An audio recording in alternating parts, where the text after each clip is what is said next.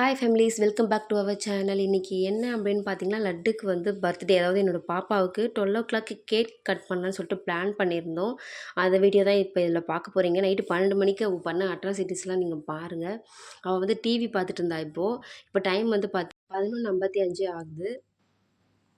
So எல்லாத்தையும் ready பண்ணி வச்சுருவோம் அப்படின்னு சொல்லிட்டு எல்லாத்தையும் எடுத்துகிட்டு இருந்தோம். இதுதான் பாப்பாவுக்கு வாங்கின கேக்கு. பேக்ரவுண்டில் வந்து பார்த்திங்கன்னா, நிறைய டிவியில் வந்து பாட்டெலாம் ஓடிட்டு இருந்ததுனால ஓன் சவுண்டு கொடுக்க முடியல. இல்லைனா அவள் பண்ணுற சேட்டெல்லாம் அந்த வாய்ஸ் நம்ம கேப்சர் பண்ணணும்னு நினச்சிட்டே இருந்தேன்.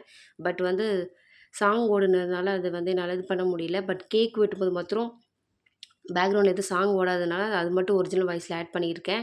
இவன் இங்கே இந்த மாதிரிலாம் பேசிகிட்டு இருக்கும்போது பின்னாடி வந்து பாட்டு ஓடிட்டு இருந்துச்சு. அதனால் நான் அவளோட பேசுகிறதெல்லாம் கேப்சர் பண்ண முடியல. ஷார்ட்ஸில் வேணாலும் நான் அப்லோட் பண்ணுறேன். ஏன்னா இதில் போட்டால் காப்பிரைட் ப்ராப்ளம் வரும்னு சொல்லிட்டு நான் அப்லோட் பண்ணல. அவள் வந்து ஜாலியாக விளையாடிட்டு இருந்தா.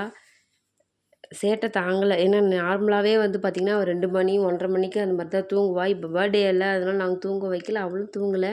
இன்ட்ரெஸ்ட்டாக மேடம் வந்துட்டு கேக் கட் பண்ண வேண்டிய டேபிள் மேலேயே வந்து படுத்துட்டு ஸ்டைலாக டிவி பார்த்துட்டு இருந்தாங்க. பாப்பாவுக்கு வாங்கின கேக்கை எடுத்துகிட்டு போகலாம் அப்படின்னு சொல்லிட்டு ரெடி பண்ணி டேபிள் மேலே வைக்க தான் எடுத்துகிட்டு போனோம். நாங்கள் அதை எடுத்துகிட்டு போகும்போது அவள் நவுந்து போயிட்டா. அது என்னன்னு கூட அவள் நார்மலாக அங்கே கூப்பிட்றாங்கன்னு போயிட்டா. பட் எடுத்து கொண்டு வந்து நான் வச்சுட்டு அந்த கேண்டில் எடுத்துகிட்டு வரதுக்குள்ளே மேடம் வந்து அங்கே நின்றுட்டாங்க கேக் கட் பண்ணுறதுக்கு. அவ்வளோ ஆர்வமாக அந்த கேக்கை வந்து என்ன பாடுபடுத்தி வச்சுருக்கேன்னு மாத்திரம் நீங்கள் பாருங்கள்.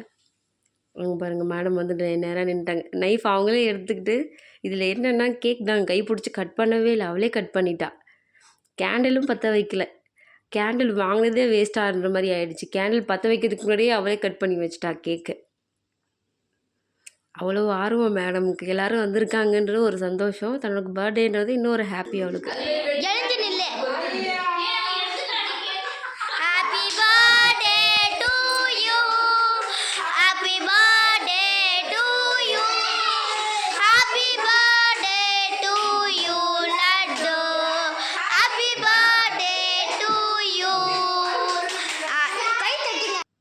அவளே கேக் கட் பண்ணி அவளோட ஃபேஸில் ஒரு ஹாப்பினஸ் பார்த்தீங்களா? அந்த அளவுக்கு ஒரு ஜாலியாகவே இருந்தா. ரொம்பவே சந்தோஷமாக இருந்துச்சு.